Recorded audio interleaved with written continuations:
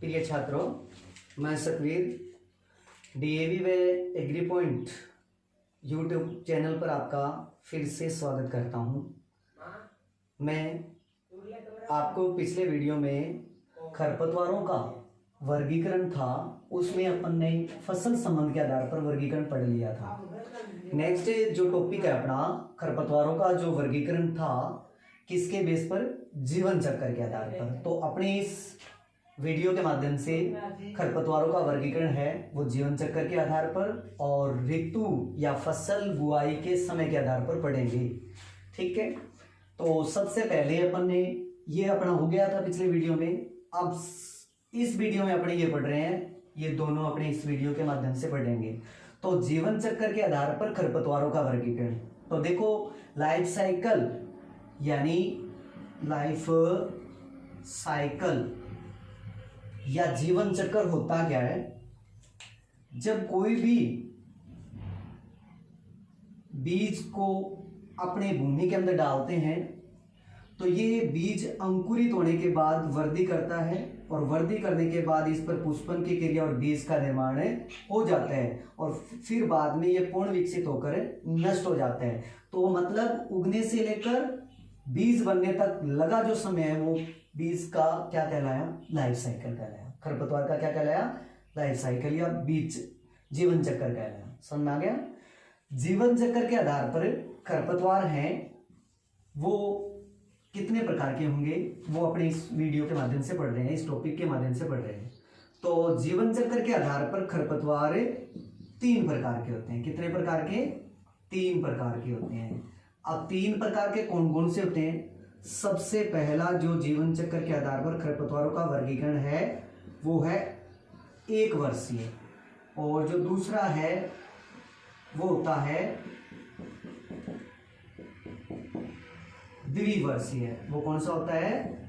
द्विवर्षीय। और तीसरा जो वर्गीकरण है वो होता है बहुवर्षीय। कौन सा होता है? बहुवर्षीय। ठीक है, तो 1 वर्षीय खरपतवार, द्विवर्षीय खरपतवार और बहुवर्षीय खरपतवार, 3 प्रकार के हो गए। अब 1 वर्षीय को इंग्लिश में बोलते हैं एनुअल वीट। क्या बोलते हैं? Annual wheat. और द्विवर्षीय को बोलते हैं बायएनुअल वीट।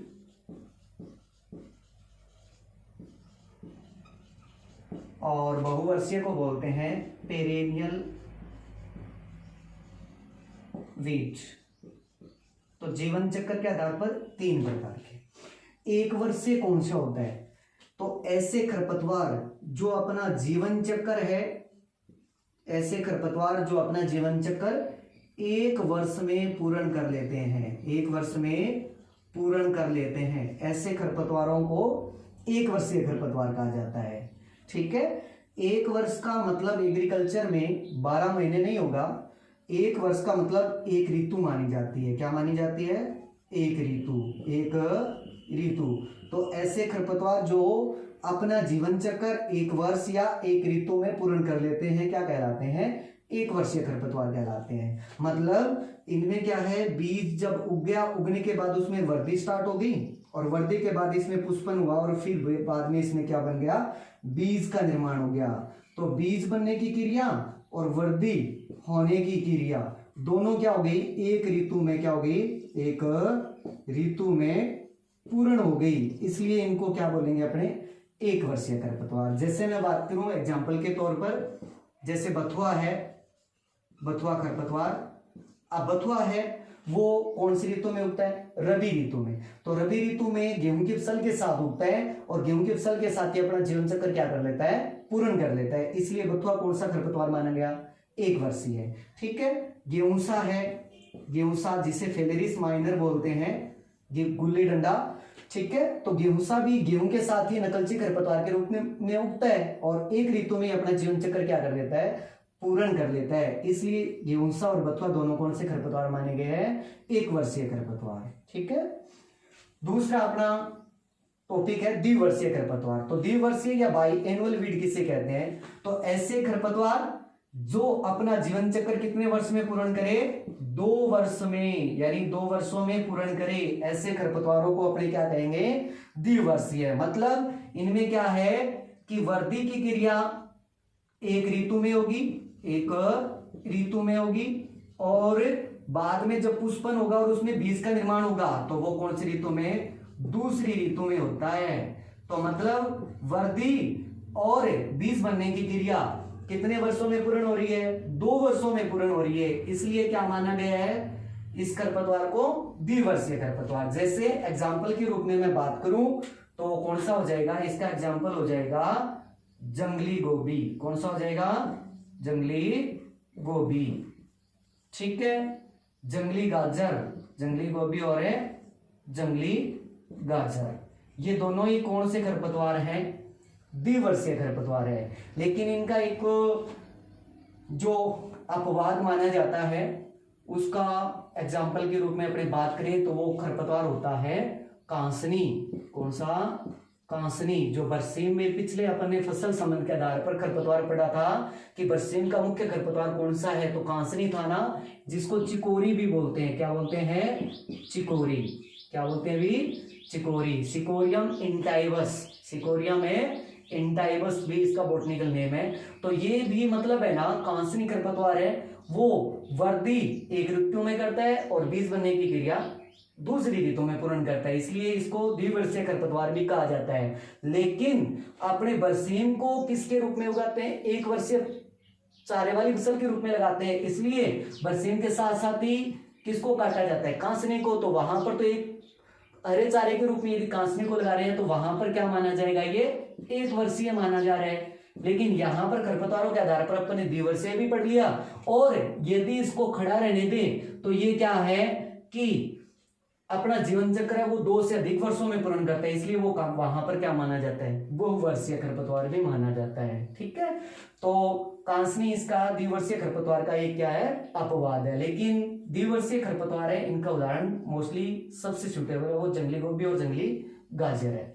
ठीक है, बहुवर्षीय खरपतवार, पेरेनियल वीड किसे कहेंगे, तो ऐसे खरपतवार जो अपना जीवन चक्र 2 से अधिक वर्षों में पूर्ण करते हैं। ऐसे खरपतवार है जो अपना जीवन चक्र 2 से अधिक वर्षों में पूर्ण करते हैं, ऐसे खरपतवारों को अपने क्या बोलेंगे, बहुवर्षीय खरपतवार है। तो 2 से अधिक वर्षों में जीवन चक्र पूर्ण करने वाले खरपतवार क्या कहलाते हैं, बहुवर्षीय खरपतवार कहलाते हैं। मतलब इनमें पुष्पन की क्रिया, वृद्धि की क्रिया साथ साथ होती है, साथ साथ होती है, बीज बनने की क्रिया ये साथ साथ चलती रहती है, लेकिन लंबे समय तक यानी 2 से अधिक वर्षों तक भूमि के अंदर खड़े रहते हैं। तो इनका जीवन चक्र है वो 2 से अधिक वर्षों में क्या होता है, पूर्ण होता है, इसलिए इनको क्या मानते हैं, बहुवर्षीय खरपतवार मानते हैं। एग्जाम्पल के रूप में बात करें अपने तो बहुवर्षीय खरपतवार कौन सा हो जाएगा, इसका एग्जाम्पल हो जाएगा जैसे आक।